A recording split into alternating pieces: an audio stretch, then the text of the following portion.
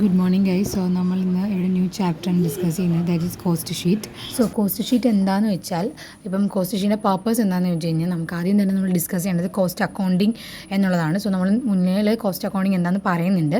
So cost അക്കൗണ്ടിങ്ങിനകത്തുള്ള basic ഫങ്ഷനാണ് cost sheet എന്ന് പറയുന്നത്. അതുപോലെ തന്നെ കോസ്റ്റ് ഇൻഫർമേഷൻസ് എന്താണ് അതിനെ അനലൈസ് ചെയ്യാനായിട്ട് വേരിയസ് എലമെൻറ്റിൻ്റെ അണ്ടറിൽ അനലൈസ് ചെയ്യുക എന്നുള്ളതാണ് കോസ്റ്റ് ഷീറ്റിൻ്റെ മെയിൻ പർപ്പസ് എന്ന് പറയുന്നത്. അങ്ങനെ അനലൈസ് ചെയ്തിട്ട് അത് ഏറ്റവും വ്യക്തമായിട്ടുള്ള മാനുവൽ, മറ്റുള്ളവർക്ക് മനസ്സിലാവുന്ന മാനുവൽ അതിന് പ്രസൻറ്റ് ചെയ്യുക എന്നുള്ളതാണ് കോസ്റ്റ് ഷീറ്റിൻ്റെ മെയിൻ പർപ്പസ്. നമുക്കതിനെ ഒരു കോസ്റ്റ് ഷീറ്റ് എന്ന് പറയുന്ന ഒരു സ്റ്റേറ്റ്മെൻ്റ് ആയിട്ട് വേണമെങ്കിൽ പറയാം.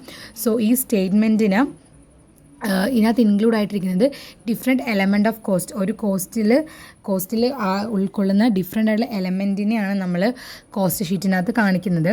അപ്പം കോസ്റ്റ് ഷീറ്റ് എന്ന് പറഞ്ഞാൽ അതൊരു സ്റ്റേറ്റ്മെൻ്റ് ആണ്. ആ സ്റ്റേറ്റ്മെൻറ്റിനകത്ത് ഒരു പ്രൊഡക്ഷൻ ലിങ്കോഡായിട്ടുള്ള കോസ്റ്റിന് കാണിക്കുന്നുണ്ട്. ആ കോസ്റ്റ് എന്തുമാത്രം ഉണ്ടെന്ന് ഒരു ലോജിക്കൽ ഓർഡറിൽ അനലൈസ് ചെയ്തിട്ട് അല്ലെങ്കിൽ അതിനെ അറേഞ്ച് ചെയ്തിട്ട് ഡിഫറെൻറ്റ് ഹെഡ്, അതായത് ഓരോന്നിൻ്റെയും ഹെഡിൻ്റെ അണ്ടറിലേക്ക് ആ അറേഞ്ച് ചെയ്തിരിക്കുന്ന ഡേറ്റനെ കൊണ്ടുവരിക എന്നുള്ളതാണ്.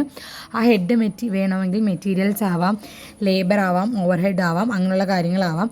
അങ്ങനെയുള്ള ഓരോ കാര്യങ്ങളിലേക്ക് കൊണ്ടുവരിക എന്നുള്ളതാണ് കോസ്റ്റ് ഷീറ്റ് എന്നുകൊണ്ട് ബേസിക്കലി നമ്മൾ സിമ്പിളായിട്ട് പറയുകയാണെങ്കിൽ. സോ കോസ്റ്റ് ഷീറ്റ് മെയിൻലി നമ്മൾ ഒരാഴ്ചത്തേക്കോ ഒരു മാസത്തേക്കോ അല്ലെങ്കിൽ ഒരു ഇയറിൻ്റെ ക്വാർട്ടറിലേക്കൊക്കെയാണ് നമ്മൾ പ്രിപ്പയർ ചെയ്യുക. So next advantage